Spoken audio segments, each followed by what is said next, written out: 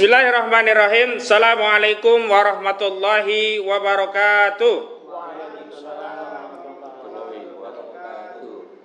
Puji syukur kita panjatkan kehadirat Allah Subhanahu wa taala. Sholawat berserta salam kita aturkan kepada baginda Nabi Muhammad sallallahu alaihi wasallam.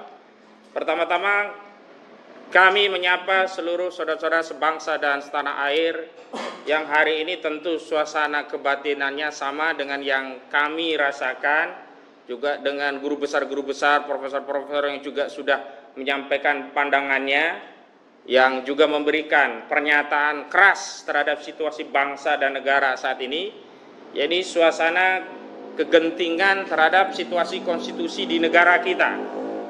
Karena kita tahu bahwa hukum yang tertinggi di negara Republik Indonesia adalah konstitusi, yakni Undang-Undang Dasar 1945. Dan lembaga yang memiliki kewenangan untuk menguji undang-undang terhadap Undang-Undang Dasar, yang keputusan lembaga tersebut bersifat final and binding, yakni bersifat final dan mengikat, sebagaimana diatur pula oleh konstitusi, adalah Mahkamah Konstitusi. Karena itu semestinya tidak ada satupun alasan untuk mengabaikan apa yang sudah diputus oleh Mahkamah Konstitusi, apalagi pengabaian dan atau dengan bahasa lain pembangkangan itu justru dilakukan oleh lembaga negara yang lain, yakni dalam hal ini Dewan Perwakilan Rakyat Indonesia. Sebagaimana kita ketahui bahwa belum lama ini Mahkamah Konstitusi telah memutus perkara permohonan uji material terhadap Undang-Undang Nomor 10 Tahun 2016 tentang pemilihan kepala daerah, dan sudah ada dua putusan yang dikeluarkan oleh Mahkamah Konstitusi. Putusan yang pertama adalah keputusan Mahkamah Konstitusi Nomor 70 Tahun 2024. Putusan yang kedua adalah putusan Mahkamah Nomor 60 Tahun 2024 ini. Terkait putusan Mahkamah yang bernomor 60 ini adalah putusan yang menguji ketentuan pasal 40 ayat 1 dan juga ayat 2 berkaitan dengan syarat pencalonan yang dilakukan oleh partai politik dan juga gabungan partai politik, yang oleh Mahkamah sudah ditegaskan dalam pertimbangannya bahwa syarat pencalonan calon kepala daerah, baik itu calon gubernur, calon bupati dan atau calon wali kota, itu prosentase suara atau kursinya sudah disejajarkan atau disesuaikan dengan prosentase calon kepala daerah yang maju melalui jalur perseorangan atau independen. Karena itu Mahkamah telah membatalkan ketentuan bahwa calon kepala daerah itu harus didukung oleh partai politik atau gabungan partai politik yang memiliki suara 20% kursi atau 25% suara, itu sudah dibatalkan.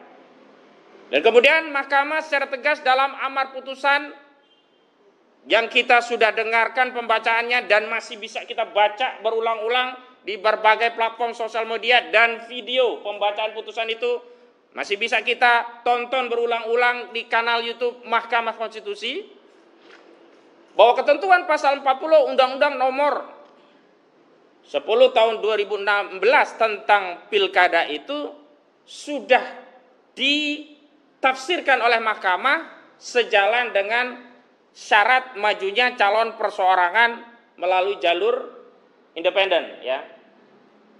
Di ketentuan yang pertama berkaitan dengan pemilihan kepala daerah di tingkat provinsi, DPT atau daftar pemilih tetap dari suatu provinsi yang jumlahnya sampai 2 juta, itu ditetapkan syarat untuk bisa mencalonkan adalah 10% dari total DPT perolehan suaranya, begitu. Kemudian di atas 2 juta sampai 6 juta itu 8,5%. Kemudian di atas 6 juta sampai 12 juta itu sebesar 7,5%. Lalu yang terakhir di atas 12 juta itu 6,5%. Sebagaimana kita ketahui bahwa Provinsi Jakarta ini DPT-nya sekitar 8,2 juta jiwa.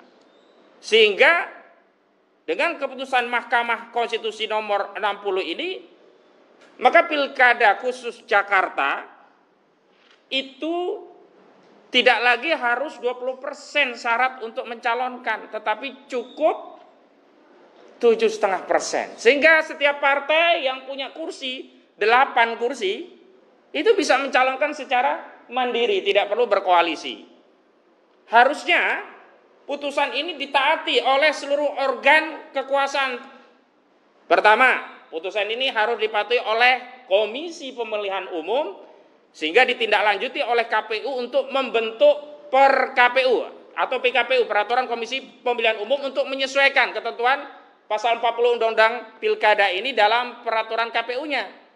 Sehingga KPU tidak boleh memaksakan hanya menerima calon yang suaranya 20%. Kalau DKI harus 22 kursi. Tidak, sekarang 8 kursi pun harus bisa diterima sebagai calon karena sudah turun jadi 7,5% gitu. Nah, termasuk juga DPR, kapasitasnya adalah lembaga konsultasi bagi KPU untuk membentuk peraturan KPU. Bukan sebaliknya, hari ini justru kita lihat DPR yang harusnya memberikan masukan kepada KPU untuk membuat per KPU yang mengikuti ya putusan Mahkamah Konstitusi, justru DPR membangkang. Yang menarik, alasan pembangkangan DPR ini justru tidak dapat diterima oleh akal. Bahkan tidak bisa diterima oleh adik-adik mahasiswa yang baru kuliah di Fakultas Hukum. Kenapa? Ini sangat asasi pembangkangannya. Kenapa demikian?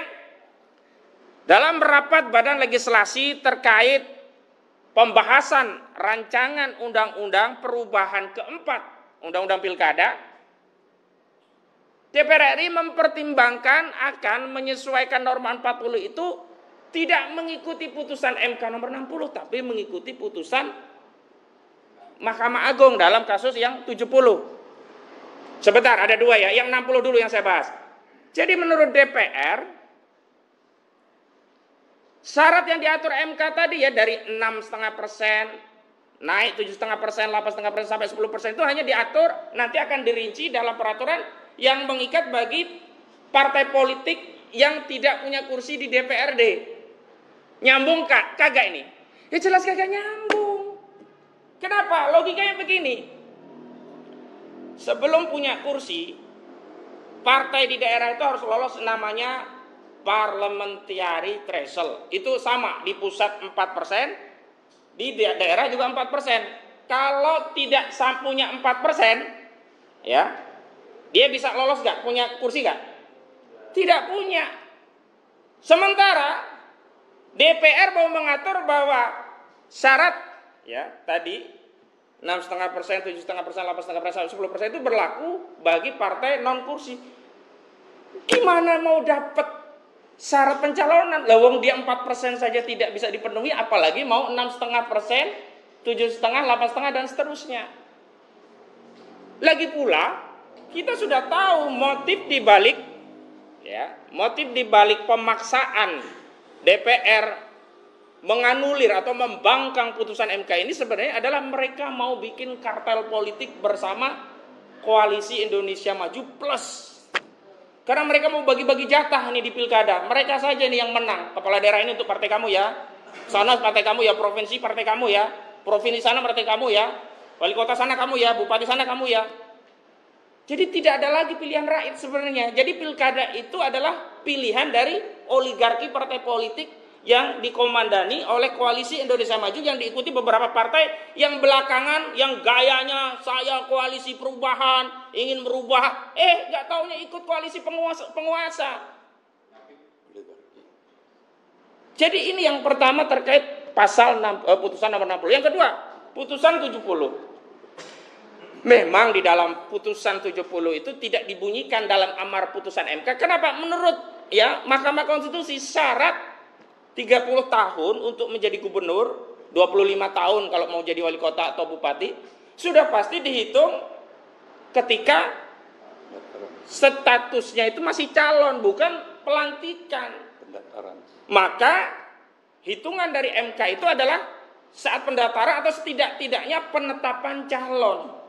Nah, menurut agenda KPU Pilkada serentak ini, penetapan calon itu 22 November 2024. Problemnya sebenarnya bukan membela kita rakyat, tapi DPR ini sedang menjalankan titah saudara Joko Widodo yang pengen anaknya Kaisang bisa naik tahta ke Pilgub Jawa Tengah. Kenapa? Saudara Kaisang ini masih bocil, belum genap 30 tahun, baru 30 tahun itu kalau 25 Desember 2024. Jadi kalau penetapan syarat umur itu ditetapkan paling lama penetapan calon tanggal 22 November, gugur nggak ini syarat umur ini? Gugur kan? Gugur. Jadi ini DPR hanya ingin menyelamatkan seorang Kaisang, bikin heboh seluruh rakyat kita gitu loh. Luar biasa ini pembangkangan. Nah, yang menarik saya ingin kritik DPR yang menyatakan alasan mempertahankan 30 tahun itu dihitung sejak penetapan karena DPR mengikuti putusan Mahkamah Agung nomor 90 yang amarnya menyatakan syarat pencalonan usia 30 tahun itu dihitung sejak pelantikan kepala daerah.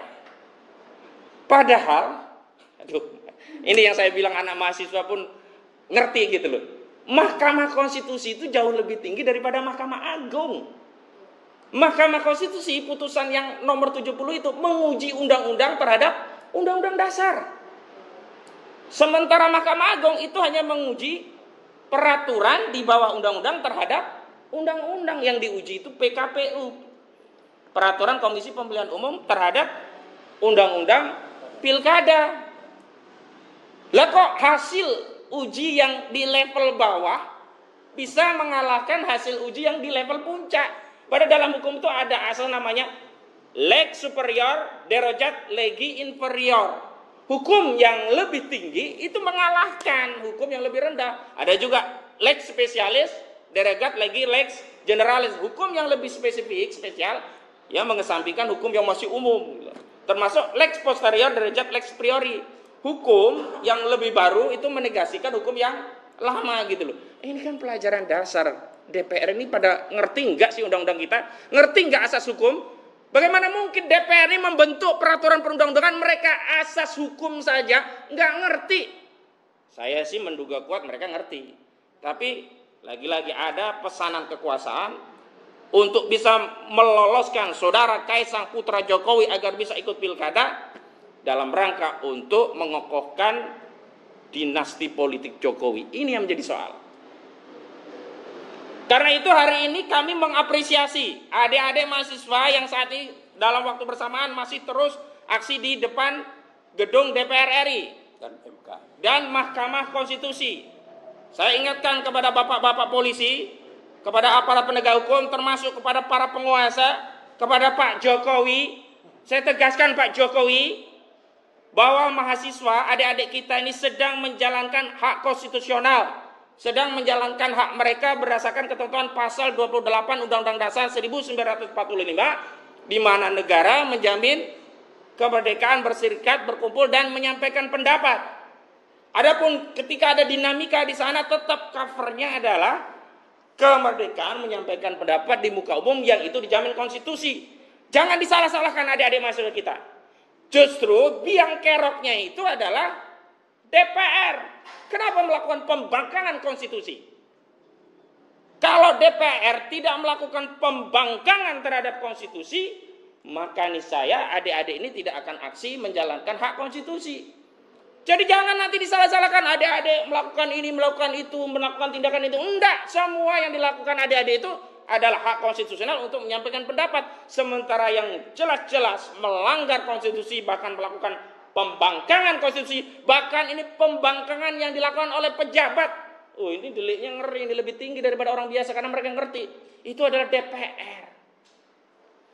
Dan sekali lagi, kejahatan pembangkangan konstitusi yang dilakukan oleh DPR ini belum terjadi, bukan hanya wacana, tetapi sudah masuk tindakan permulaan. Ya ini apa?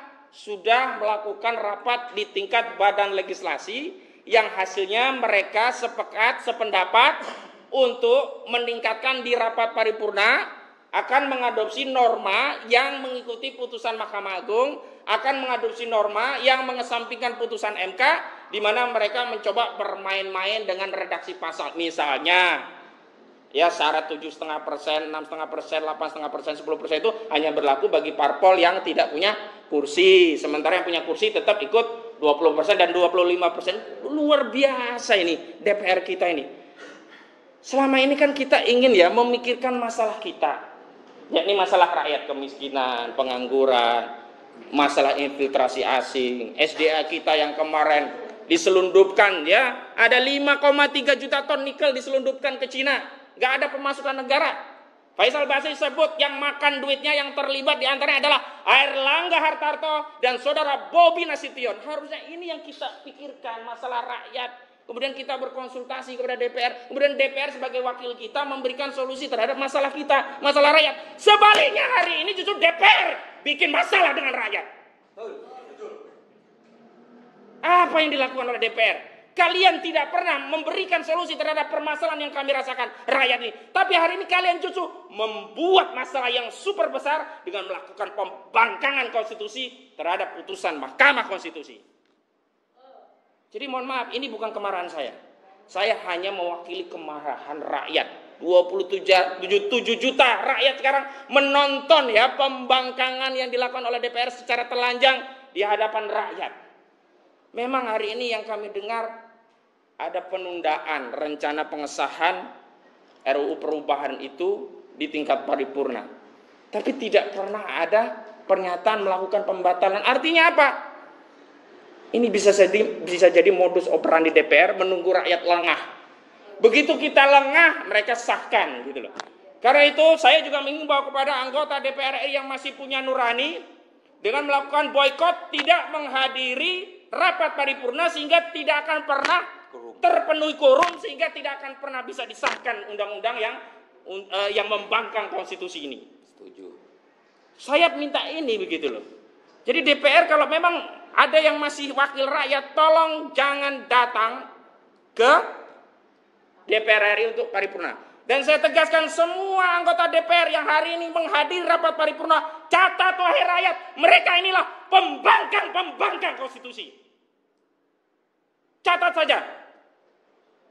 Kasih ya stigma kepada anggota DPR yang hari ini hadir dalam rapat paripurna, mereka inilah ya pembangkang konstitusi. Jadi itu pengantar dari saya, dan hari ini kita sudah hadir sejumlah tokoh, ada ulama, ada advokat, dan sebagian juga mengkonfirmasi akan kemari, ada juga yang tidak bisa, tapi sudah memberikan konfirmasi karena kita bagi tugas nih Bang. Ada yang di lapangan, ada adik mahasiswa, ada kita ya yang membuat konstruksi hukum dan pemikiran untuk mendelegitimasi dalih-dalih yang disampaikan DPR, biar masyarakat itu terbuka, oh ternyata biang keroknya DPR sendiri gitu loh. Jadi kita berbagi, mungkin sebagian ada yang ngambil peran berdoa, mendoakan adik-adik mahasiswa kita supaya selamat dan berhasil ya aspirasinya begitu. Dan kita ya jangan mau dipecah belah oleh penguasa. Ingat, masalah kita hari ini sama, yakni apa? Kita harus melawan pembangkangan konstitusi. Baik, itu dari saya. Selanjutnya di sini di sebelah kiri saya ada Buya Fikri Bareno, di sebelah kanan saya ada Bang Leo Siegian, ada juga Ustaz Namrudin, ada yang lain-lainnya nanti akan menyampaikan pandangan. Sebelum nanti juga Bang Egi Sujana akan hadir, Bang Azam akan hadir, tapi Bang Refli konfirmasi belum bisa karena sedang ramai di lapangan ini, bagi-bagi tugas nih. Ya, bagi-bagi tugas. Nah, nanti di akhir kita akan bacakan statement atau pernyataan resmi dari kita. Demikian dari saya. Sekarang saya persilakan Buya Fikri Bareno. Bismillahirrahmanirrahim. Assalamualaikum warahmatullahi wabarakatuh. Waalaikumsalam. Ustaz Khodinuddin, para tokoh yang hadir pada sore hari ini, syukur alhamdulillah kita panjatkan kehadirat Allah, karena di sela-sela kesibukan kita semua, kita masih punya waktu untuk hadir di sini dalam rangka menyikapi persoalan-persoalan bangsa yang justru dibikin kisruh, dibuat oleh para pemimpin rezim Jokowi dan Dewan Perwakilan Rakyat, yang rakyat baru saja melalui pemilu kemarin memilih mereka untuk duduk di Senayan sana. Hari ini sepertinya rakyat seperti anak ayam kehilangan induk. Karena apa? Karena yang diharapkan DPR bisa menjadi benteng dari konstitusi, DPR bisa menjadi benteng harapan rakyat, melindungi rakyat. Tetapi kita justru menyaksikan, justru dia menjadi kacung, menjadi antek bagi rezim Jokowi hari ini. Itu yang kita saksikan. Di awalnya kita berbahagia, rakyat berbahagia dengan adanya putusan Mahkamah Konstitusi. Yang tadinya ada orang-orang tokoh-tokoh yang penting di negeri ini untuk bisa mencalonkan diri, tetapi telah telah dikudeta oleh partai-partai sehingga orang-orang yang berkompeten jadi sulit untuk maju. Tetapi dengan putusan MK khusus untuk DKI misalnya, contohnya hanya dengan 7,5% itu bisa maju. Jadi banyak partai-partai yang bisa maju dengan sendiri, mencalonkan calonnya. Tetapi kebahagiaan ini hanya sesaat saja, ya kan? Hanya 2 hari.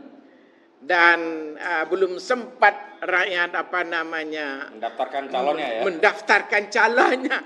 Tetapi kita telah mendapatkan kabar duka kembali dari DPR dengan persekongkolan dengan rezim hari ini.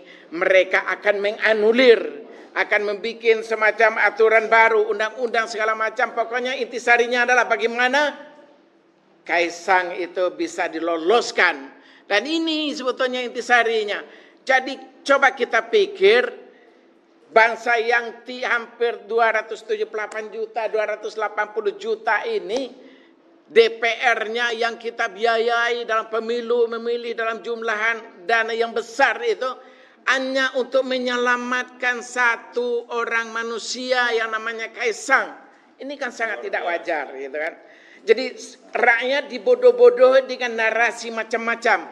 Inilah bahasa yang paling bahasa rakyat, bahwa DPR hari ini ingin membatalkan keputusan MK 60 dan 70 itu, sehingga Kaisang itu bisa maju. Sehingga Kaisang Pangarep, anaknya Jokowi itu bisa mulus menjadi calon gubernur dan lain-lainnya. Ini yang kita ini kan. Jadi kita sebagai rakyat terus terang, undang-undang negara ini sangat jelas. Di dalam Pancasila ada keadilan disebutkan 2 kali dalam Pancasila, keadilan sosial bagi seluruh rakyat Indonesia. Jadi artinya adalah rakyat ini mau anak pejabat dia, anak presiden dia, anak menteri dia, anak DPR dia, anak siapapun dia mempunyai kedudukan yang sama di depan hukum. Tidak boleh hanya karena dia anak presiden, lalu undang-undang dengan gampang DPR mau merubah sehingga Kaisang bisa lolos untuk menjadi calon gubernur dan lainnya. Ini artinya adalah pembangkangan terhadap Pancasila. Keadilan 2 kali disebutkan di dalam Pancasila.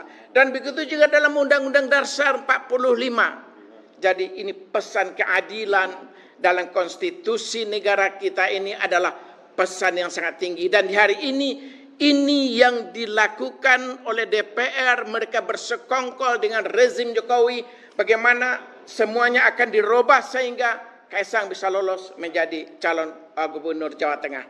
Dan tentu para tokoh hari ini, para mahasiswa yang berdemo di depan DPR, dan para tokoh yang memikirkan persoalan bangsa hari ini, dan ini adalah wujud daripada peduli dengan bangsa, dan ini juga adalah hak konstitusi setiap warga negara. Jadi kalau misalkan hari ini kita menyaksikan para tokoh itu, mereka ingin mengkudeta konstitusi negara kita, ingin mengkudeta keputusan daripada Mahkamah Konstitusi, maka saya yakin rakyat 278 juta rakyat negeri ini tidak akan rela dengan sikap yang akan dilakukan oleh pemimpin-pemimpin mereka di Senayan sana. Kalau kita merujuk kepada agama yang terbesar di negeri ini, agama Islam misalkan. Islam sangat menjunjung tinggi keadilan. I'adilu huwa aqrabu littaqwa. Berlaku adillah kamu. Karena keadilan itu adalah lebih dekat dengan takwa. Innallaha ya'muru bil 'adli wal ihsan. Sesungguhnya Allah memerintahkan kepada kamu untuk berlaku adil dan berbuat kebaikan. Kalau hari ini para anggota dewan yang terhormat di sana, tetapi dia melakukan perbuatan yang nista, bukan melakukan perbuatan yang terhormat, bukan melakukan perbuatan yang melindungi rakyat, bukan menjaga konstitusi, tetapi justru mereka mengkudeta konstitusi, merusak konstitusi bangsa. Apapun sebetulnya secara undang-undang yang telah diputuskan oleh MK, maka tidak hanya rakyat dari level yang tertinggi, presiden, DPR, seluruh sampai rakyat jelata harus mematuhinya. Tetapi kita menyaksikan 2 hari ini, kita justru dibuat kaget luar biasa. Adanya keinginan DPR, kita nak mengerti, pada ini adalah di hujung kekuasaan Jokowi. Tidak ada 2 bulan lagi kan. Ini apa ini motifnya sebenarnya anggota dewan ini? Kenapa bisa begitu menjilat, membuat undang-undang, mempersembahkan, memperhambakan dirinya, dia sebagai orang terhormat kepada rezim hari ini yang sebentar lagi mereka juga secara undang-undang sudah berhenti jadi presiden, sudah habis masa jabatannya. Dan inilah kita sebagai rakyat sangat menentang, mengajak kepada seluruh rakyat, memberitahu kepada seluruh rakyat, inilah persoalan hari ini. Para pengkhianat bangsa yang duduk di DPR sana bukan orang biasa. Orang yang kemarin ini kita angkat bersama menjadi wakil kita di DPR, yang harusnya dia menjaga kepentingan rakyat, menjaga keinginan rakyat, menjaga aspirasi rakyat, melaksanakan aspirasi rakyat. Tetapi hari ini dia bukan menjaga aspirasi rakyat, tetapi adalah mengkhianati aspirasi rakyat. Rakyat yang inginkan adalah bagaimana undang-undang, siapapun mereka menjunjung tinggi undang-undang itu, patuh dan taat kepada undang-undang, sesuai dengan para pejabat yang ketika mereka dilantik menjadi pejabat itu, dia disumpah di bawah kitab suci bahwa dia akan tunduk dan patuh kepada undang-undang, tunduk dan patuh kepada Pancasila dan Undang Dasar 45. Tetapi hari ini mereka bersekongkol dengan Jokowi presiden dan DPR, bagaimana mereka akan menganulir daripada keputusan MK yang tadinya telah memberikan harapan kepada rakyat. Rakyat telah bergembira 2 hari ini karena siapapun dengan untuk calon-calon menjadi pemimpin di provinsi, di kabupaten, di wali kota, di kota Madia akan bisa rasanya mewakili aspirasi daripada rakyat. Tetapi ketika itu dianulir, aturan itu ditiadakan, dibatalkan oleh dewan, tentu harapan rakyat ini akan pupus semuanya. Oleh sebab itulah, melalui mimbar yang singkat ini saya ingin menyampaikan, kalau DPR kita hari ini bersikap adalah sebagai pengkhianat, sebagai pengkudeta daripada konstitusi, mengkudeta hati nurani rakyat, maka sudah sepantasnya kita, rakyat negeri ini, kita berpikir ulang. Bagaimana bangsa ini, saya pernah membaca dalam sebuah media sosial, ada sebuah daerah kecil, mungkin sebesar DKI dia dikelola tanpa partai, tetapi rakyatnya bisa menjadi sejahtera. Harus menjadi pemikiran kita ke depan, bagaimana negara Indonesia yang 278 juta ini kita kelola tanpa partai. Mudah-mudahan ini menjadikan bangsa yang sejahtera, karena hari ini justru yang menjadi pengkhianat di negeri ini bukanlah rakyat, tetapi adalah mereka yang menjadi pejabat di negeri ini. Mereka yang memegang palu di Senayan sana, mereka yang mengkhianati hati nurani rakyat, yang seharusnya mereka menjaga rakyat, menjaga bangsa, menjaga tanah air, menjaga bumi dan air yang semua yang tersimpan di dalamnya yang harusnya digunakan untuk kesejahteraan rakyat negeri ini. Tetapi hari ini kita menyaksikan bumi, air, kekayaan alam kita yang luar biasa justru untuk kesejahteraan asing. Rakyat negeri ini hanya menjadi penonton di negeri yang makmur ini. Rakyat negeri ini menjadi orang-orang yang lapar, ibarat ayam yang mati di atas lumbung padi. Itu hari ini yang kita rasakan. Mungkin itu yang saya dapat sampaikan.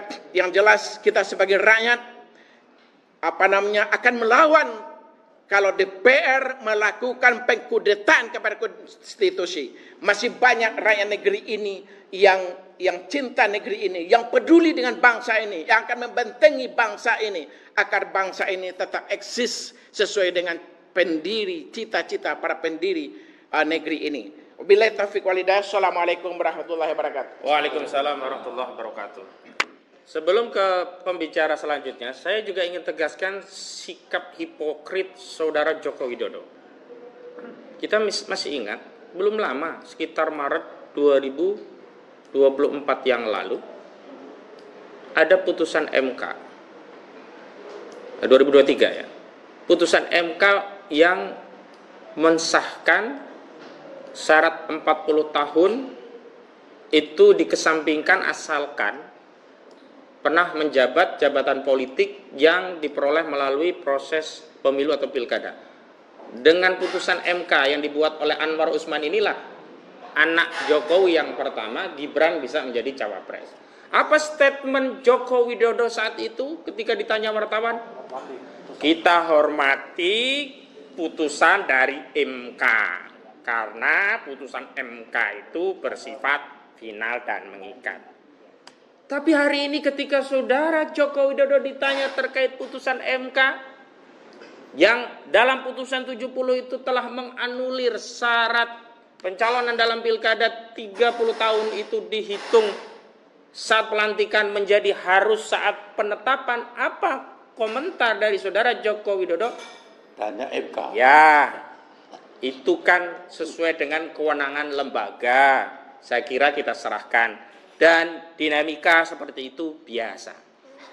Harusnya Saudara Joko Widodo juga menyatakan hal yang sama, menegaskan bahwa putusan MK itu final dan mengikat. Kenapa ada perbedaan sikap dari Saudara Joko Widodo pada dua putusan MK yang sama-sama dari lembaga MK?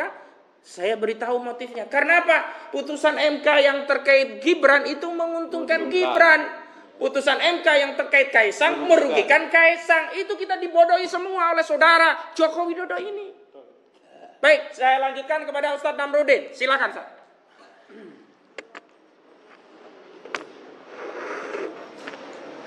Terima kasih. Assalamualaikum warahmatullahi wabarakatuh. Waalaikumsalam. Takbir. Merdeka. Merdeka. Udah merdeka belum? Belum. Alhamdulillah ya. Hari ini kita berkumpul di sini dan kegaduhan belakangan ini membuka tabir bahwa politikus di Indonesia yang pertama bukan negarawan, yang kedua munafik semuanya. Tadi sudah dikasih perbandingan sama Ustadz Khadiruddin bagaimana para politisi menyikapi keputusan MK tentang batasan umur calon presiden dan wakil presiden dengan keputusan MK hari ini. Ini munafiknya kelihatan betul.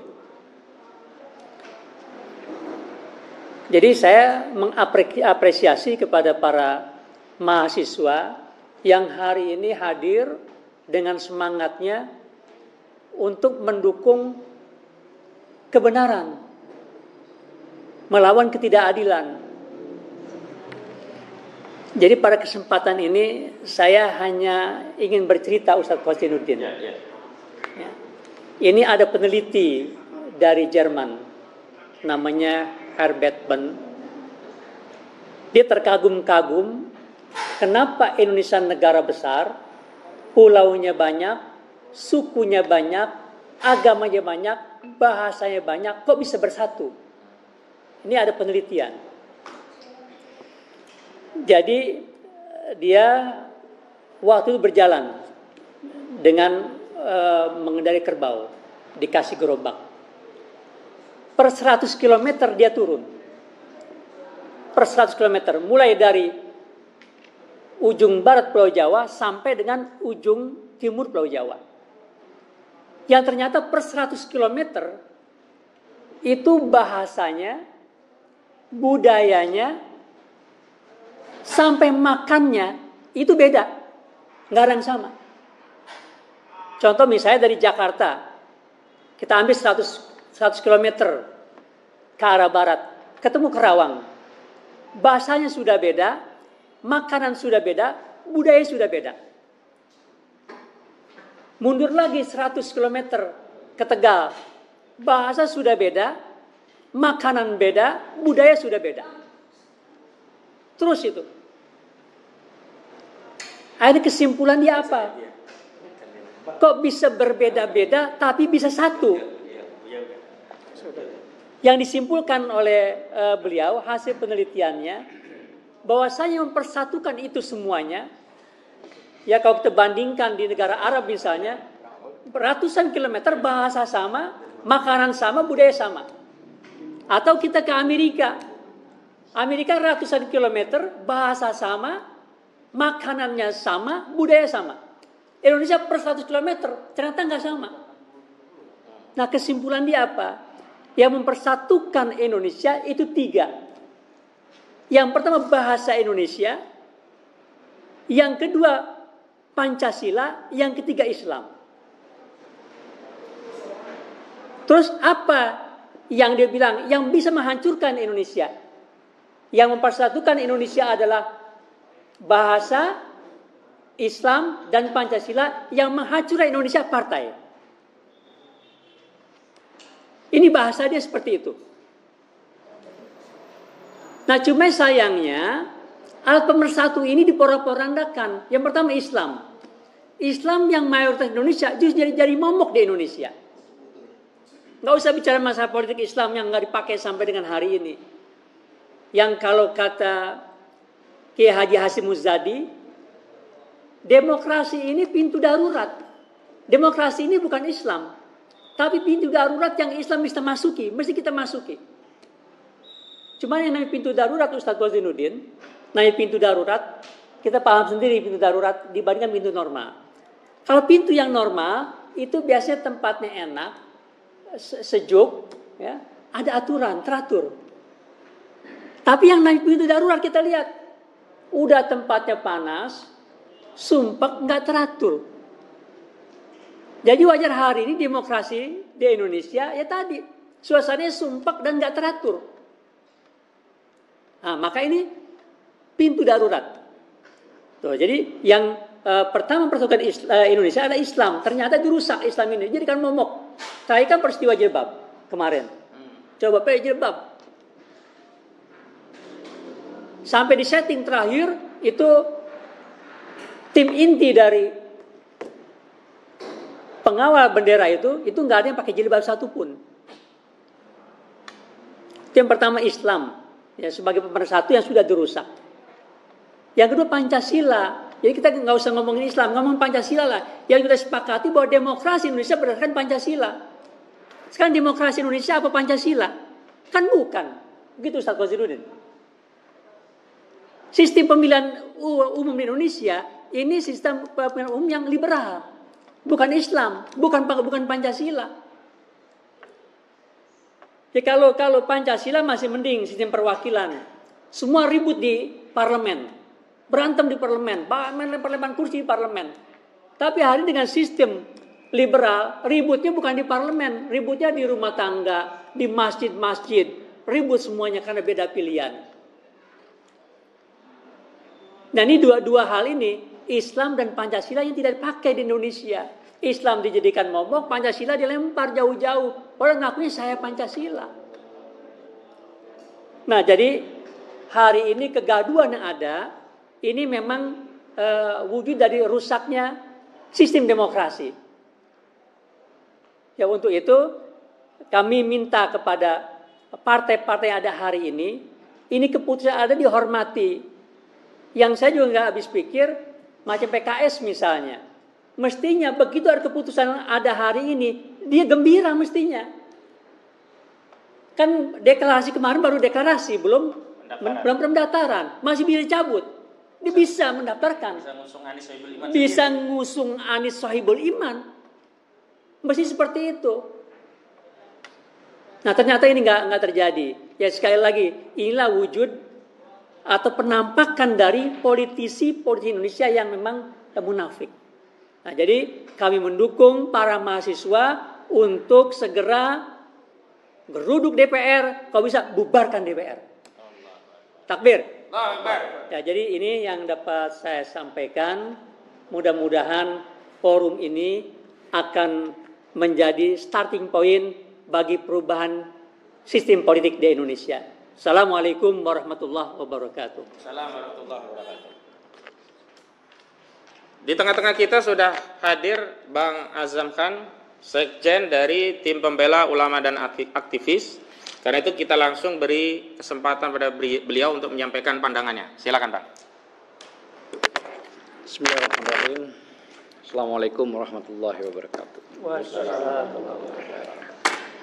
Jadi hari ini atau mulai dari 2 hari yang lalu, ini kondisi negeri kita ini panas karena dipengaruhi oleh politik kotor, politik busuk, politik yang semuanya berdasar pada oligarki. Namun perlu diketahui bahwa panasnya suhu politik dan rakyat ini diakibatkan oleh ulah penguasa. Jadi ulah penguasa ini memaksakan dirinya untuk membunuh demokrasi dengan cara menguatkan di legislatif bahkan di tingkat yudikatif. Nah, lagi-lagi seberapa hebatnya skenario yang dilakukan oleh penguasa ini, tentu tidak ada sedikit pun menguatkan skenario Allah yang jauh lebih besar daripada apa yang kita kadang-kadang tidak mengerti. Contoh nyata yang real, Allah memberikan pikiran sehat kepada hakim Mahkamah Konstitusi. Yang kita nyana-nyana itu. Iya. Sama sekali kita tak terpikir jauh. Bahkan kita berpikir sudahlah ini selesai, negeri ini sudah. Ternyata betul. Itu luar biasa. Saya sampai kadang-kadang apa bermimpi ini saya bilang. Putusan 60 dan putusan 70 itu berpihak kepada rasa keadilan. Disitulah gempa terjadi yang dahsyat.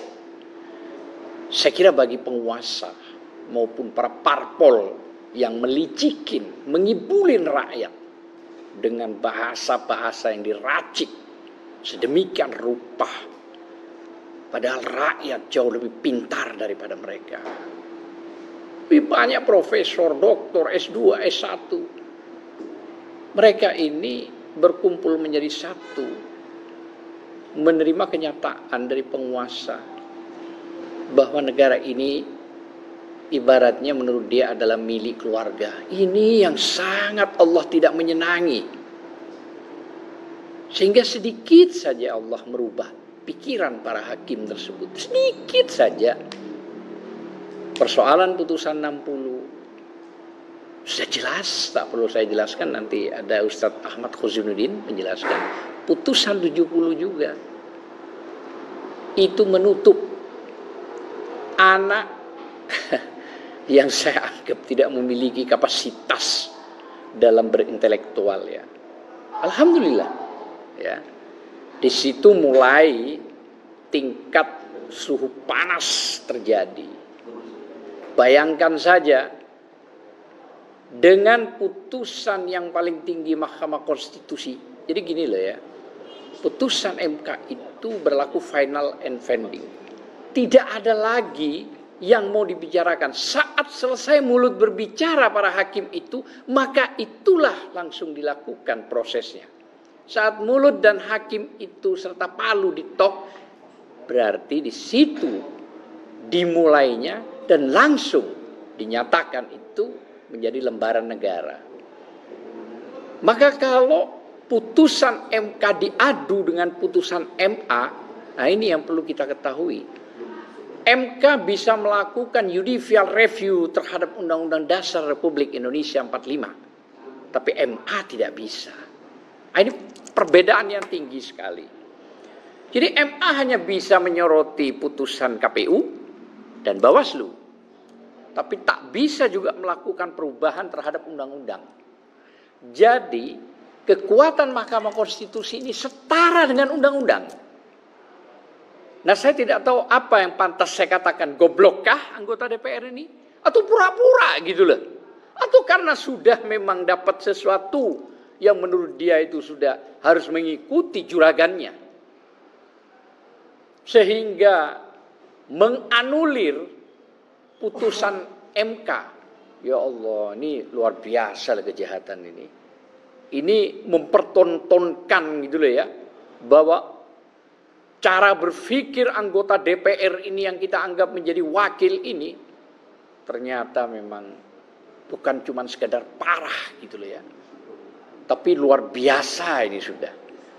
Jadi tidak pernah berpikir bahwa dia disumpah di atas Al-Quran atau Alkitab yang lain, bahwa dia harus beramanah kepada rakyat dan mengikuti undang-undang yang ada. Tapi itu bohong semua. Terbukti sekarang. Anda lihat, sekarang sudah tembus puluhan ribu di DPR. Bahkan tadi anggota DPR yang balik tersebut, termasuk dari Gerindra juga Komisi 3, dilemparin botol. Dilemparin botol, ada yang kena kepalanya itu. Salah satu Komisi 3 dari Gerindra itu. Kabur dia masuk ke dalam. Habib Rahman ya? Ya, saya nggak mau nyebut, Ustadz yang nyebut. Ya dari Gerindra Komisi 3 ya Habib Rahman, siapa lagi? Jadi sebegitu bencinya rakyat karena sudah dipermainkan terlalu jauh. Jadi sekali lagi, bahwa MK itu tertinggi daripada MA. Jadi jangan coba-coba menganulir putusan MK. Pertimbangan di pertimbangan di Undang-Undang Nomor 70 yang sudah diputus, Nomor 70 yang sudah diputus oleh MK itu jelas bahwa orang mengajukan pendaftaran saat itu diketahui umurnya 30 titik, bukan menunggu pelantikan. Jangan dong dizolimi, jangan dong dibohongi. Ini juga hakim MA ini gimana sih? Padahal dia itu ngerti kok.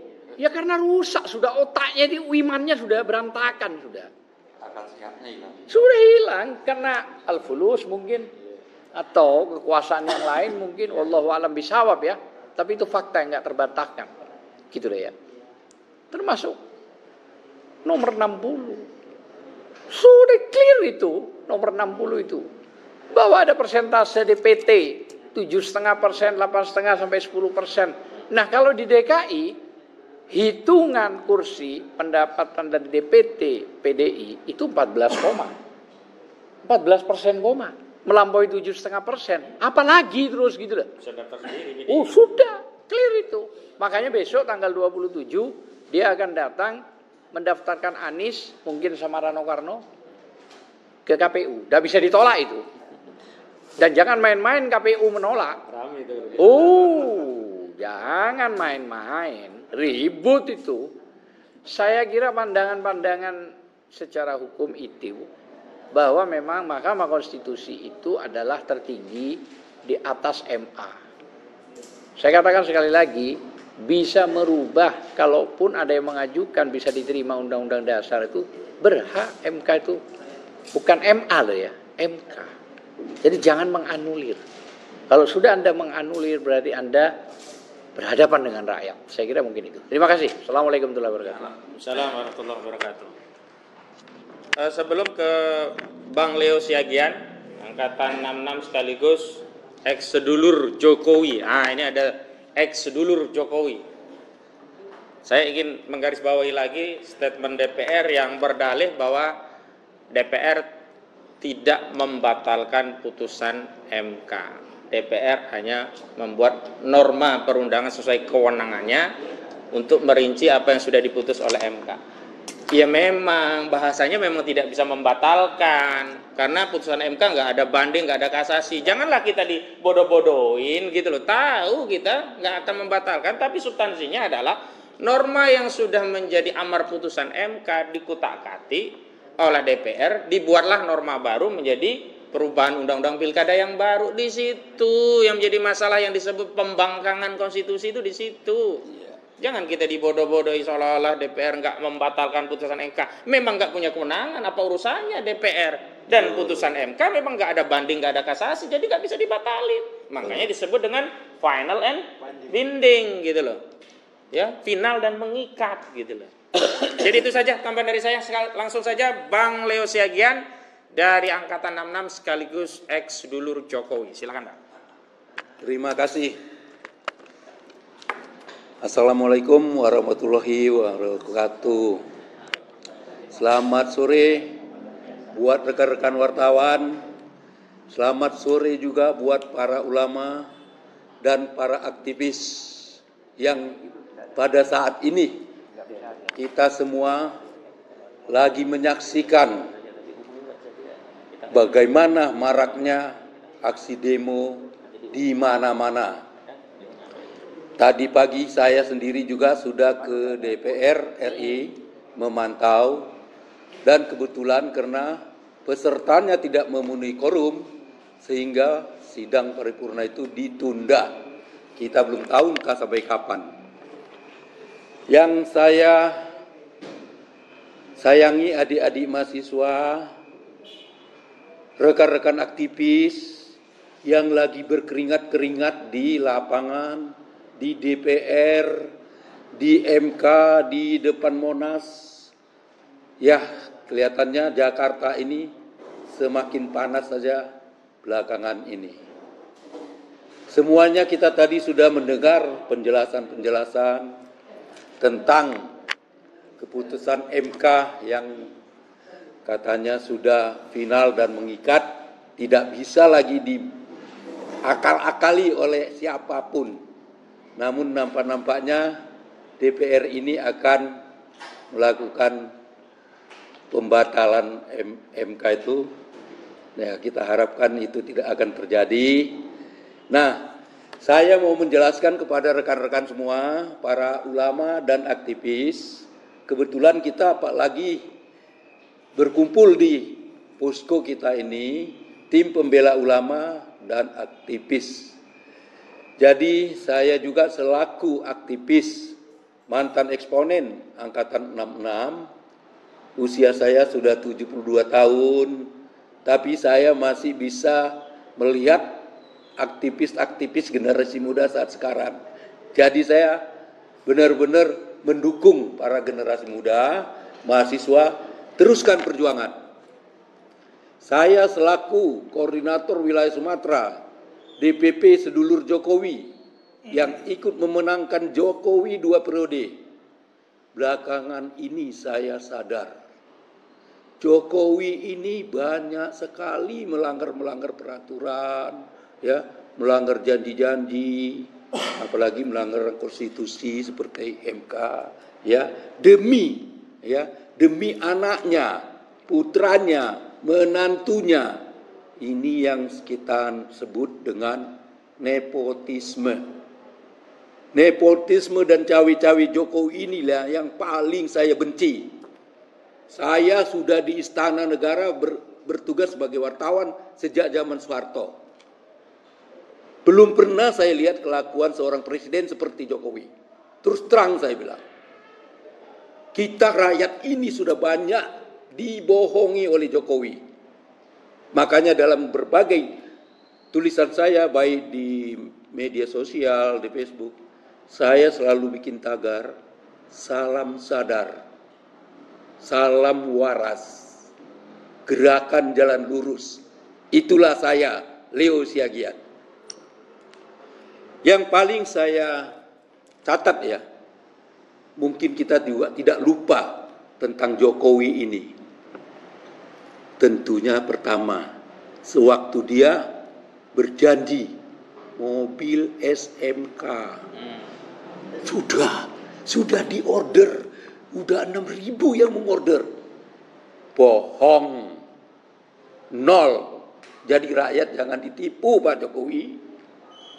Pak Jokowi ini ya, Bapak bekerja sebagai presiden itu digaji dengan uang rakyat loh. Ya, ingat itu, sadari itu. Bapak digaji, dikasih fasilitas, dikasih transportasi, pesawat kemana-mana. Kemana-mana, kalau kita mau hitung mungkin biaya-biaya belusukan Jokowi setiap hari kemana-mana naik pesawat, itu jauh lebih besar. Nah, tadinya saya dari sedulur Jokowi mengingat kerjanya itu saya kira kerja keras, kita hormat, salut. Tapi dalam pekerjaan itu banyak bohong. Ketika beliau dilantik ya, ingat, ini kita salam sadar loh ya, salam sadar, salam waras. Dia bikin pameran untuk membenahi persawahan waktu itu di Kerawang loh. Dipajang itu 2000 traktor itu dijanjikan untuk para petani. Dijanjikan. Gitu pulang 2 hari kemudian diambil lagi dari petani loh. Diambil lagi, kan bohong. Kok rakyat dibohongi loh Pak Jokowi. Saya kecewa banget. Nah, saya kecewa banget Pak Jokowi. Itu makanya saya keluar dari sedulur Jokowi. Ini pembohongan. Nah, nepotisme, pembohongan itu yang paling kita benci. Artinya kita benci kenapa? Karena bertentangan dengan demokrasi. Ini jelas nepotisme dan arogansi kekuasaan Jokowi ini bagi saya adalah dosa tidak terampun. Dosa tidak terampun. Kenapa? Karena rakyat yang dibohongi dan rakyat dirugikan. Kita ingat lagi dulu ya, anak-anaknya ini jual martabak, jual pisang goreng, tidak mau cari-cari proyek di negara, tidak mau cari-cari jabatan. Saya salut. Luar biasa ya. Luar biasa Pak Jokowi. Si Kahiyang tidak lulus jadi CPNS, tidak mau diurus. Wih, saya hormat sama Jokowi. Ternyata belakangan anaknya jadi wapres, tabrak MK, anaknya jadi mau calon Kaisang ini, yang baru 2 hari jadi anggota PSI, jadi ketum. Saya dulu di Demokrat loh, saya DPP Demokrat, ya. SBY pun belakangan masuk ke Demokrat. SBY salah pun saya kritiki, SBY salah pun saya tegur.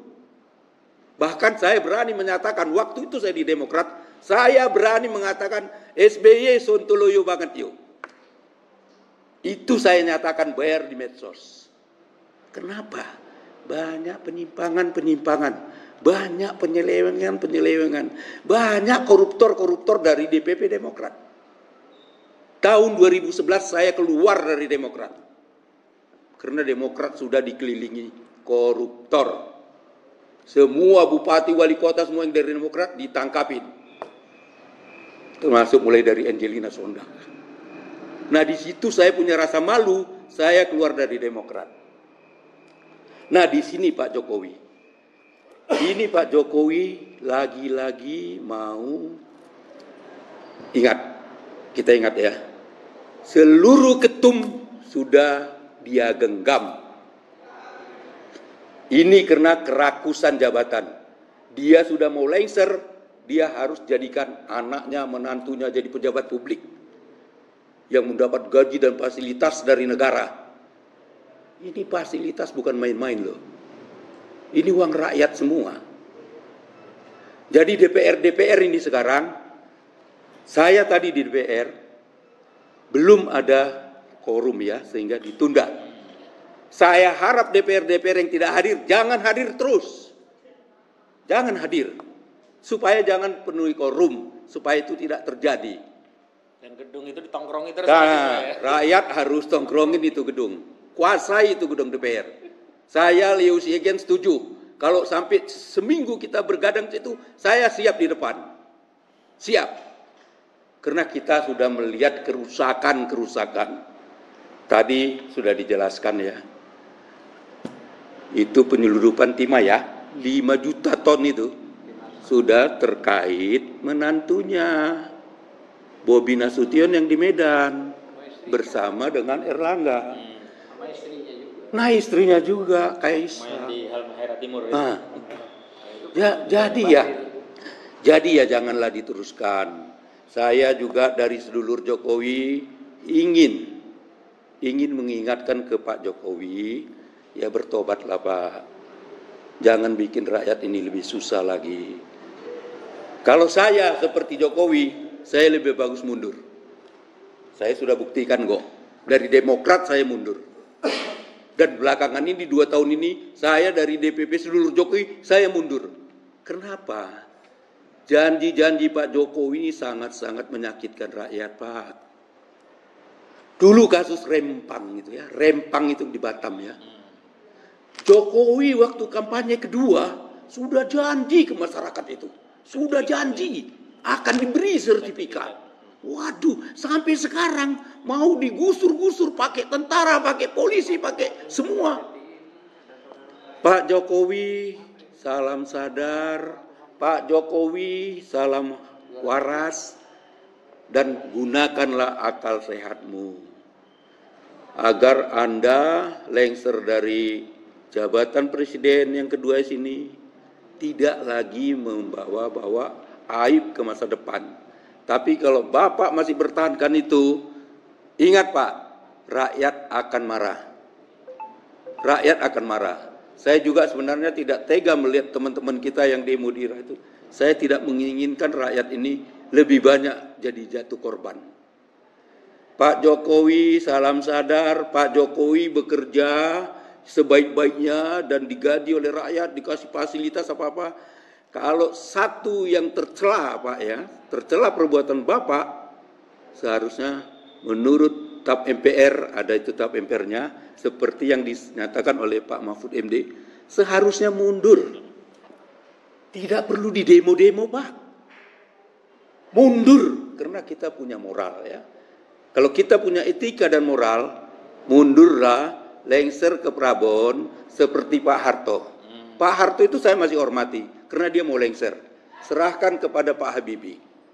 Nah, ini saatnya reformasi jilid 2. Menurut saya, ini saatnya reformasi jilid 2. Pak Jokowi serahkan kepada Pak Maruf Amin. Supaya negara ini aman, supaya rakyat ini bisa tenang. Jangan terjadi gejolak lagi, banyak lagi korban-korban seperti yang kita lihat pada reformasi jilid pertama. Demikianlah harapan saya. Saya harapkan karena kita ini ada di markas TPUA, saya juga bermohon kepada para ulama, ya ulama kita coba dirangkul Pak Maruf Amin, dicari jalan tengahnya. Ya kalau bisa dinasihati supaya Jokowi lengser ke Prabon seperti Pak Harto, begitu loh. Itu harapan saya. Terima kasih. Baik. Terima kasih Bang Leo Siagian. Tadi dari sedulur Jokowi, tapi memutuskan untuk mengundurkan diri karena begini, loyalitas kita hanyalah pada kebenaran. Manakala orang yang kita ikuti sudah tidak benar, tentu kita harus melepaskan itu. Karena kita tidak ingin mewariskan legasi penjilat. Karena apa? Orang penjilat itu tidak melihat benar yang atau salah, tapi hanya melihat kekuasaan. Oke, selanjutnya rekan kami silakan disampaikan pandangan-pandangannya sebelum nanti di ujung kita akan bacakan pernyataan. Nanti di sini aja biar pernyataan bersama ya. Silakan. Oke. Terima kasih. Assalamualaikum warahmatullahi wabarakatuh.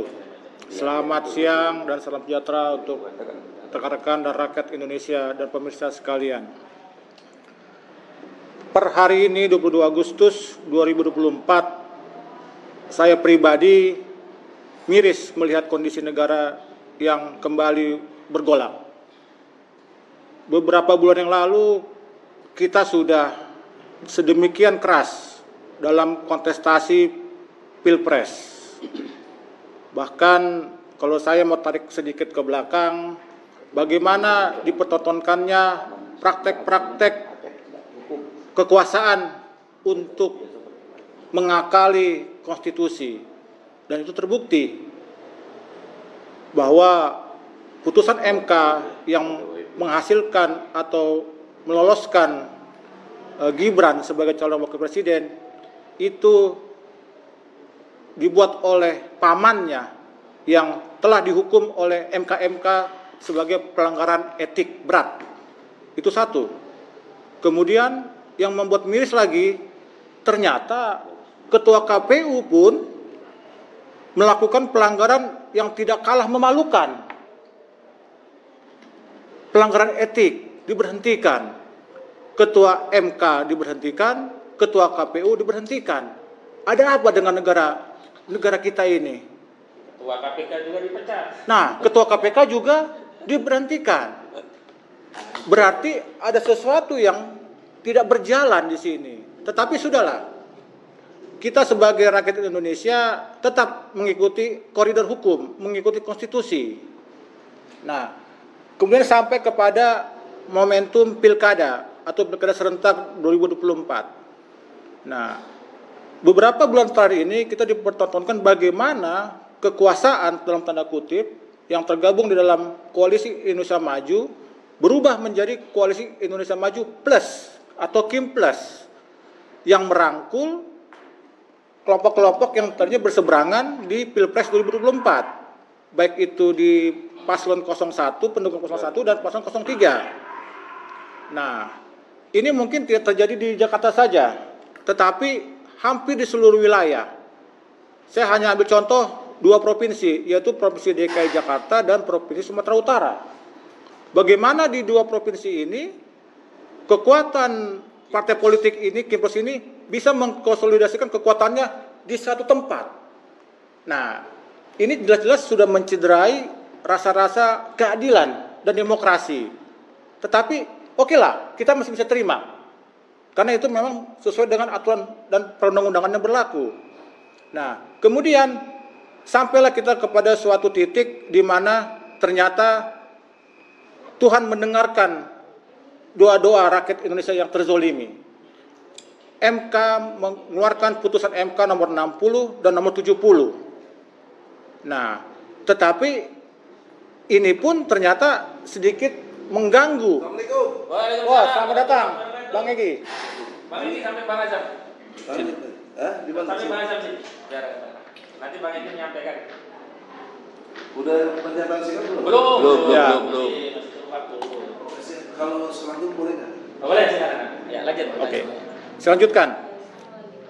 Tiba kita sampai kepada suatu titik di mana Mahkamah Konstitusi telah mengeluarkan putusan MK nomor 60 dan 70 yang mewakili rasa keadilan masyarakat yang selama ini tercederai. Nah, tetapi yang menjadi aneh bin ajaib adalah kemudian ada sebuah institusi, lembaga negara yang menamakan diri DPR di bawah badan legislasi kemudian ingin merevisi dan mengcounter atau menegasikan apa yang menjadi substansi daripada putusan MK ini. Nah, saya mau ingin sedikit meletakkan masing-masing posisi antara lembaga negara dan MK. Ada sebuah statement dari seorang anggota Balik kemarin menyatakan bahwa kalau tidak salah kurang lebih dia mengatakan bahwa kami tidak dihargai sebagai pembuat undang-undang. Nah, saya menjelaskan seperti ini. DPR sebagai pembuat undang-undang, oke, itu betul. Kemudian setelah jadi pembuat undang-undang disetujui bersama dengan pemerintah. Adalah sebuah produk yang bernama undang-undang. Nah, pertanyaannya, kalau ada masyarakat, warga negara yang ingin menguji produk undang-undang itu, kemana disampaikan? Apakah ke DPR? Apakah ke pemerintah? Tidak, ke MK, Mahkamah Konstitusi, sebagai sebuah produk. Oke, diujilah itu di MK, produk undang-undang ini. Kemudian oleh MK dibuat putusan yang menganulir dan yang menerima. Nah, sebagai sebuah produk yang sudah disempurnakan oleh MK, tiba-tiba ada sebuah badan yang tadinya hanya sebagai pembuat menganulir ini. Jadi kan sudah secara make sense sudah nggak jalan logikanya. Jadi kalau ada yang bilang tadi anggota DPR dia mengatakan kami tidak dihargai sebagai pembuat undang-undang, loh tidak dihargai di mananya? Oke, Anda membuat undang-undang, sudah buat, ya. Dihargai karena dia kacau. Ya. Boleh Anda sebagai pembuat undang-undang, tetapi begitu undang-undang ini diuji di MK, Selesailah. ranah Anda sudah selesai. Nah, seharusnya kalau ada masyarakat yang ingin menguji atau mengcounter produk Anda, ya you tinggal bilang, Anda jangan lari ke MK, datang ke saya dong. Seperti itu dong logikanya kan. Tapi DPR tidak berani ngomong seperti itu. Dia diam. Nah, begitu ada putusan MK yang tanda kutip tidak sesuai dengan selera penguasa, timbullah gejolak kemarin dan hari ini. Nah, kemudian kembali lagi kepada putusan MK nomor 60 dan 70. Seharusnya sebagai jurisprudensi kita sudah jelas. Putusan MK yang meloloskan Gibran seperti tadi disampaikan oleh abang kita itu sudah jelas tidak bisa lagi diganggu-gugat. Pada saat putusan MK yang sebelumnya meloloskan Gibran tidak ada sama sekali gejolak. DPR juga nggak merasa nggak dihargai. Betul. Nah, tetapi saya ingin singkat-singkat saja. Pertama, bahwa pemegang kekuasaan tertinggi di negara ini adalah presiden. Jadi apapun yang terjadi di negara ini, Presiden Republik Indonesia wajib bertanggung jawab. Tidak bisa berpangku tangan atau mengatakan, lah itu kan bukan urusan saya, kotanya saya. Itu kan lembaga negara, dinamika politik. Oh tidak bisa, Bapak Presiden. Anda didaulat, Anda dipilih oleh rakyat sebagai pemegang kekuasaan tertinggi. Anda harus tampil di depan, mengatasi permasalahan, supaya gejolak ini tidak terlalu besar. Nah, jadi ada perlakuan yang berbeda dari Presiden pada saat putusan MK yang meloloskan Gibran dengan putusan MK yang sekarang. Nah, yang menghalangi Kaisang. Nah, yang menghalangi tanda kutip anaknya yang bungsu. Nah, jadi ini ada sebuah paradoks dan ambigu yang saya rasa tidak pantas untuk ditiru ya. Nah, jadi kemudian terakhir kepada adik-adik mahasiswa yang saat ini sedang berjuang di gedung DPR MPR, baik di DKI Jakarta, di Bandung, di Jogja, Semarang, dan seluruh Indonesia, dan Surabaya, saya minta teruskan perjuangan kalian.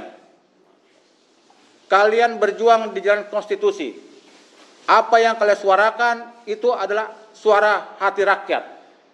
Suara rakyat adalah suara Tuhan. Jadi jangan pernah mundur.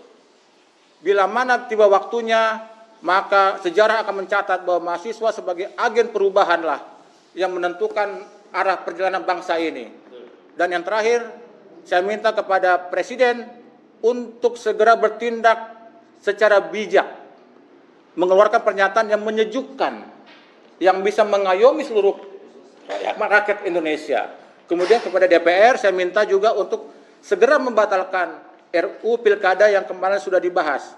Bila mana itu dipaksakan, maka jangan salahkan rakyat bila gedung DPR, MPR akan diduduki dan kejadian 98 akan terulang. Kita semua tidak ingin itu terjadi lagi. Cukup itu yang terakhir. Kita tidak ingin jatuh korban anak-anak bangsa kita hanya demi nafsu kekuasaan sekelompok pihak. Demikian kira-kira dari saya. Selamat berjuang rekan-rekan mahasiswa. Apapun terjadi, kita di jalan yang benar. Assalamualaikum warahmatullahi wabarakatuh. Waalaikumsalam warahmatullahi wabarakatuh. Baik, sebelum ke Bang Agi, Bang Azam ada waktu bisa menyampaikan lagi, tapi saya ingin garis bawahi sedikit saja. Harusnya yang merasa tidak dihargai itu MK. Oh, sudah diputus tinggal dijalankan kok dikotak-katik oleh DPR. DPR ini kok gimana gitu loh pikirannya gitu. Dan tadi saya garis bawahi statement Presiden Jokowi yang menyejukkan adalah perintahkan ya semua bawahan Anda untuk menghormati putusan MK dengan tidak menghadiri rapat bersama DPR sehingga batallah proses legislasi di DPR. Baik, silakan Bang Azam. Terima kasih. Assalamualaikum warahmatullahi wabarakatuh. Ada tambahan sedikit. Yang pertama bahwa ada kabar sangat buruk sekali di saat situasional negeri ini dalam, saya anggap kekacauan aja lah. Kaisang sama Irina naik pesawat jet pribadi berangkat ke Amerika. Ya, yang 1 jam itu hampir 200 juta kali hampir 1 hari. Uang siapa itu? Saya nggak tahu. Info Tapi dari siapa itu, Bang? Sudah beredar di mana-mana itu. Sudah ada di mana-mana itu media. Ya, ke Amerika. Jadi pakai jet pribadi, gitu loh ya. Artinya begini, oke lah kalau uang itu harus 1 miliar keluar, silakan. Tapi itu belum apa-apa sudah dipertontonkan kepada publik. Hidup hedon. Nah itu dia. Ini yang jahat sekali.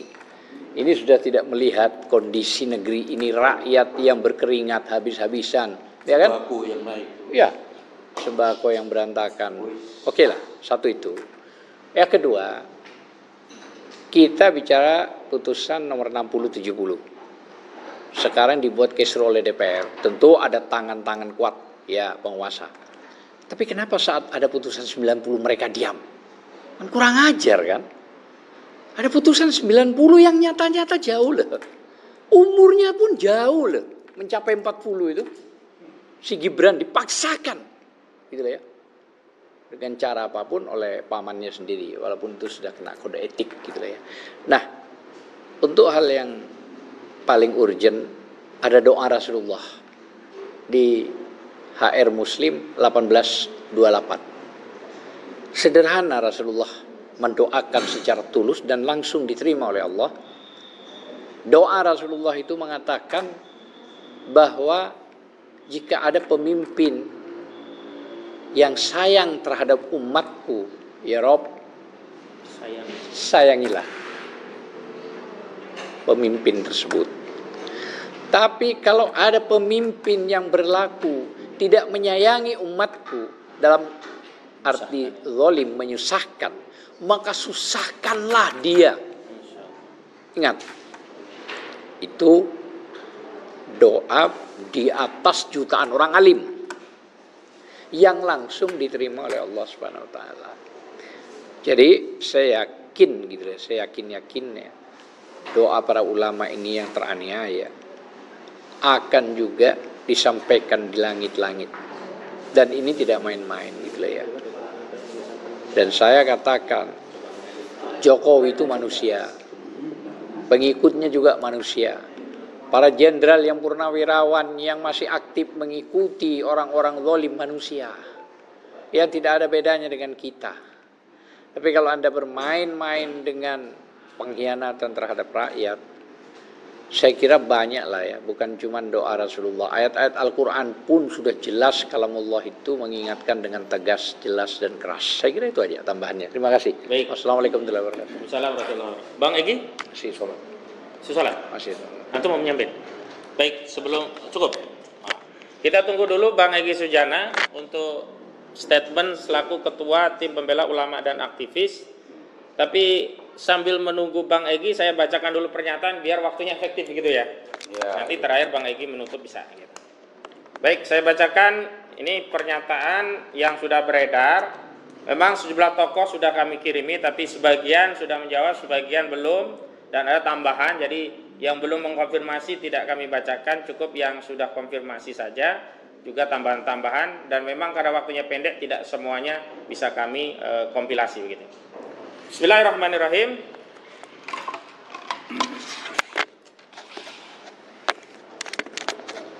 Baik, Bang, kita fokus dulu ya.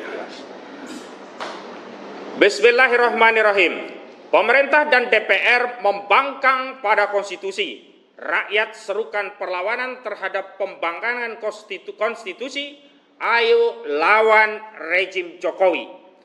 Sehubungan dengan adanya rencana DPR RI melalui rapat Badan Legislasi DPR RI untuk mengubah Undang-Undang Pilkada yang substansi normanya membangkang pada isi putusan Mahkamah Konstitusi nomor 60 2024 dan putusan Mahkamah Konstitusi nomor 70 2024. Kami para advokat, aktivis, ulama dan tokoh nasional menyampaikan pernyataan sikap dan seruan sebagai berikut. Pertama, DPR RI sebagai lembaga pembentuk undang-undang secara hierarki, kewenangan, kelembagaan, dan substansi berada di bawah konstitusi. Karena itu, tindakan DPR RI yang mengabaikan norma konstitusi adalah tindakan termasuk dan terkategori tindakan pembangkangan terhadap konstitusi. Kedua, putusan MK nomor 60 2024 terkait ambang batas suara atau kursi parpol dalam pencalonan pilkada, dan putusan MK nomor 70 2024 terkait batas usia minimum calon gubernur atau wakil gubernur untuk mendaftar pilkada minimal 30 tahun terhitung sejak penetapan calon adalah putusan konstitusional yang normanya memiliki kekuatan hukum tetap dan mengikat yang setara dengan konstitusi. Karena itu, setiap tindakan yang mengabaikan dan atau membangkang pada dua putusan ini selain termasuk dan terkategori pembangkangan konstitusi juga merupakan kudeta konstitusi yang melawan hak-hak rakyat. Ketiga, motif DPR RI melakukan pembangkangan terhadap putusan MK nomor 60 2024 adalah untuk melancarkan skenario jahat oligarki dan kartel politik Koalisi Indonesia Maju Plus Kim Plus yang ingin membagi-bagi jatah kekuasaan kepala daerah baik gubernur, bupati, dan wali kota melalui pilkada agar hanya beredar dan untuk golongan partai anggota mereka. Sedangkan motif DPR RI melakukan pembangkangan terhadap putusan MK nomor 70 2024 adalah untuk melancarkan pencalonan Kaisang Pangarep di Pilkada Jawa Tengah untuk melanggengkan dinasti politik rejim Jokowi. Karena itu, tidak ada satupun motif untuk membela kepentingan rakyat dalam rencana perubahan undang-undang pilkada yang dilakukan DPR. Karena itu, lembaga DPR RI telah keluar dari tugas dan fungsi utamanya sebagai lembaga wakil rakyat dan layak untuk mendapatkan mosi tidak percaya dari rakyat. Keempat, pembahasan rancangan perubahan undang-undang pilkada yang dilakukan oleh DPR RI bersama pemerintah dan nantinya setelah disahkan dalam rapat paripurna akan diteken secara bersama oleh Presiden dan DPR adalah konfirmasi adanya kolaborasi pemerintah dan DPR dalam melakukan pembangkangan konstitusi. Karena itu, Presiden Jokowi tidak dapat cuci tangan dalam perkara ini dengan menyatakan masalah merupakan kewenangan DPR dan rejim Jokowi harus dituntut bertanggung jawab atas rencana kudeta konstitusi yang dilakukan secara bersama-sama dengan DPR RI. Kelima, pembahasan rancangan perubahan undang-undang pilkada oleh Badan Legislasi DPR RI telah dapat dikategorikan sebagai tindakan permulaan kudeta konstitusi. Karena itu, serangkaian tindakan permulaan dan permufakatan atas kejahatan kudeta konstitusi ini harus dilawan oleh segenap rakyat.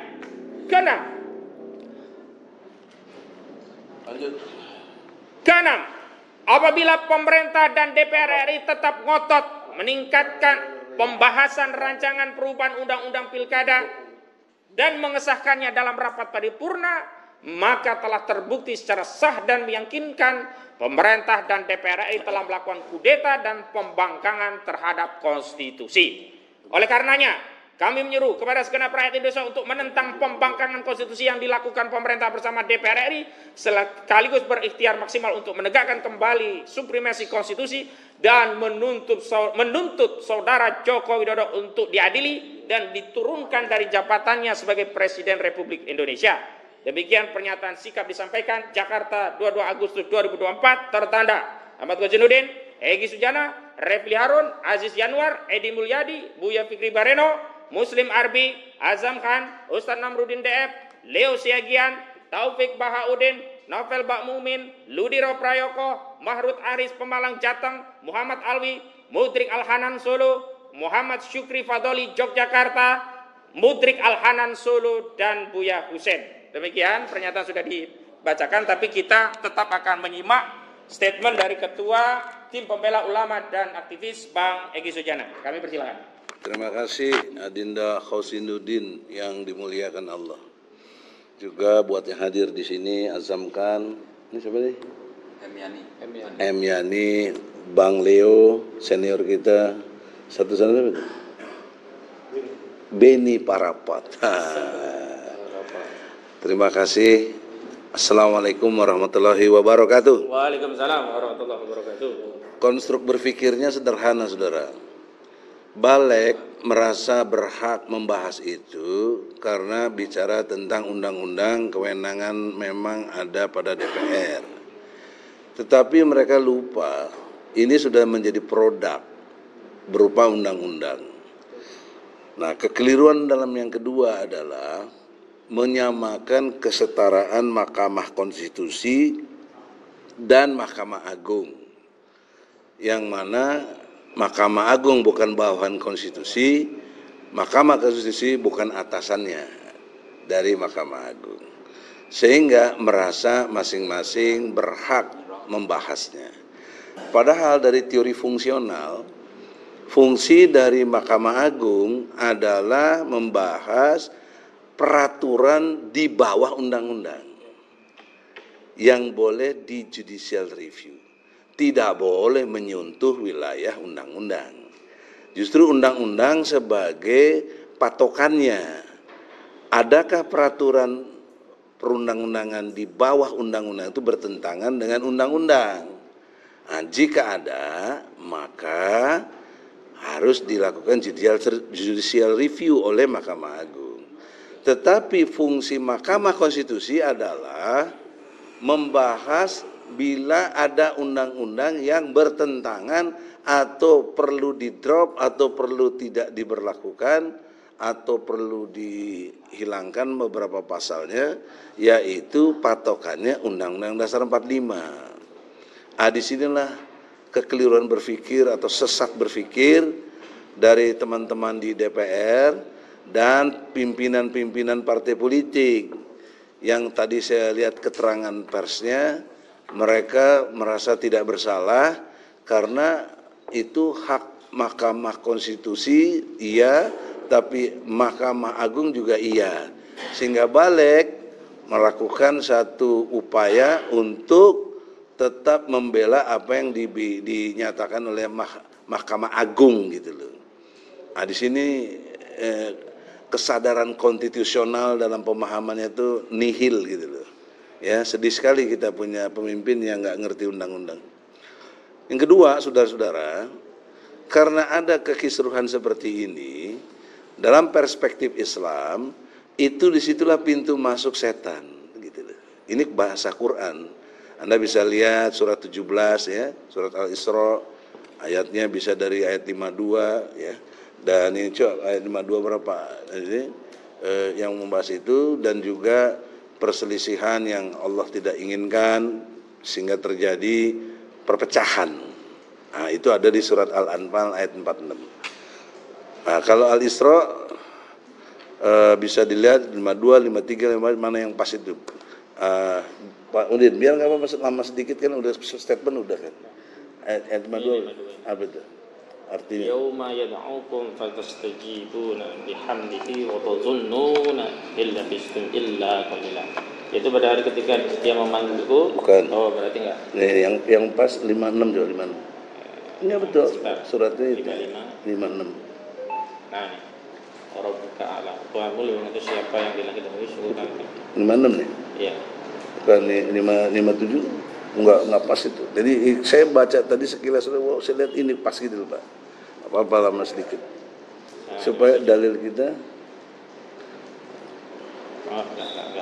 58. Ya, pelan dulu.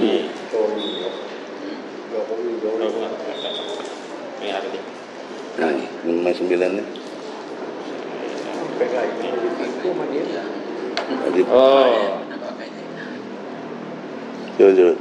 Apa ada? Durhaka penduduknya. Ini terkait durhaka. Bukan. Kalau gitu langsung ke ini deh. Ke 8, surat 8 ayat 46. Ya, sambil lanjut aja. Ya udah 8 ayat 46 itu mengisyaratkan dengan amat sangat jelas Allah Subhanahu wa taala mengingatkan. Maaf Bang Dio ini harus dipandang sebagai ilmu. Ramadan akhirnya. Ya. Al-Anfal. Ayat 46. Saya bacakan. Ya. A'udzubillahi minasyaitonirrajim. Wa ati'ullaha wa rasulahu wa la tanaza'u fatafshalu wa tadhhaba rihukum wasbiru innallaha ma'as sabirin. Dan taatlah kepada Allah dan Rasulnya, dan janganlah kamu berbantah-bantahan yang menyebabkan kamu menjadi gentar dan hilang kekuatanmu, dan bersabarlah, sesungguhnya Allah berserta orang-orang yang sabar.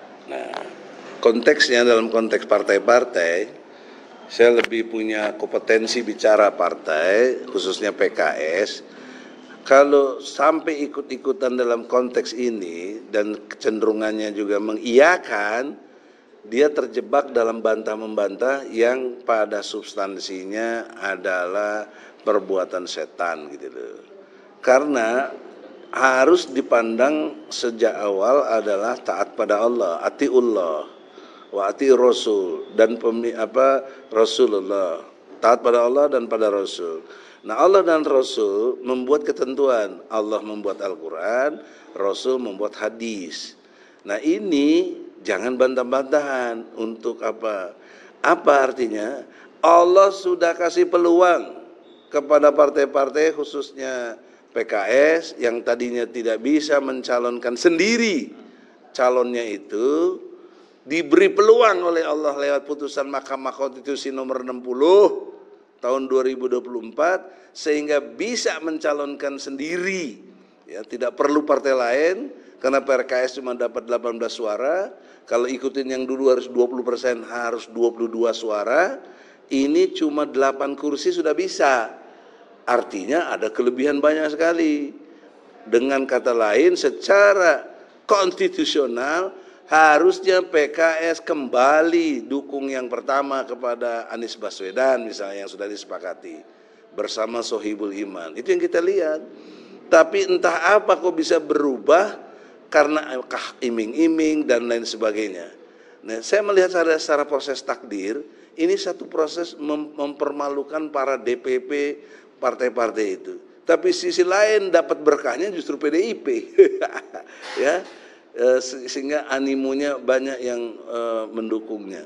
Nah, ini contoh azab menurut saya secara konstitusi kepada partai-partai yang berbau atau berbasis Islam, tapi nggak konsisten, tidak taat kepada Allah, malah bantah-bantahan, ya, ribut di dalam, ya.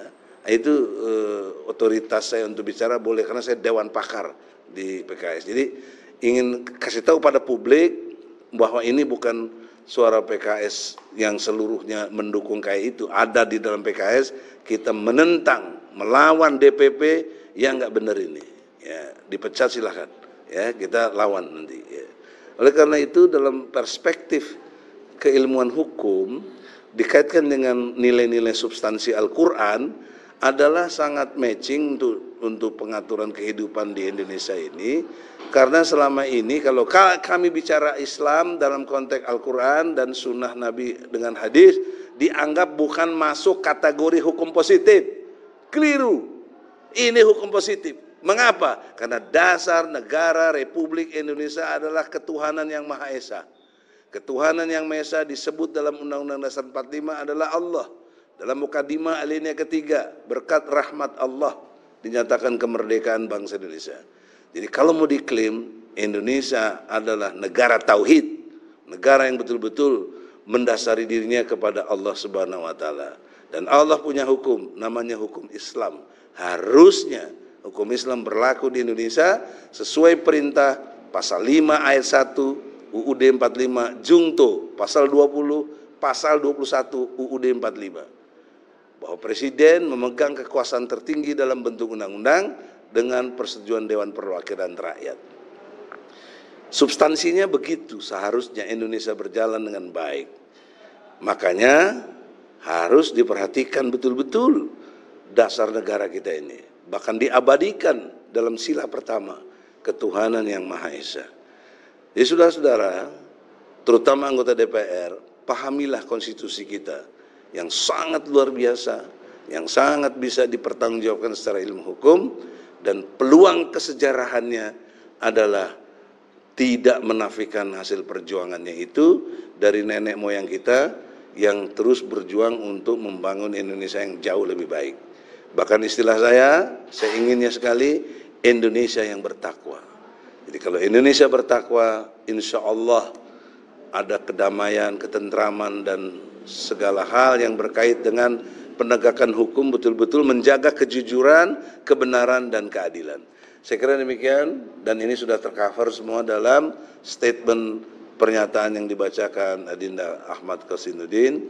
Semoga menjadi perhatian dan tolong setelah ini jangan cuma statement-statement saja, kami sudah berstatement, tolong rakyat yang mengerti ini betul-betul bersama dalam hal ini, mau suka atau tidak, Mahkamah Konstitusi yang benar, kita backup Mahkamah Konstitusi, walaupun kemarin-kemarin brengsek juga Mahkamah Konstitusi.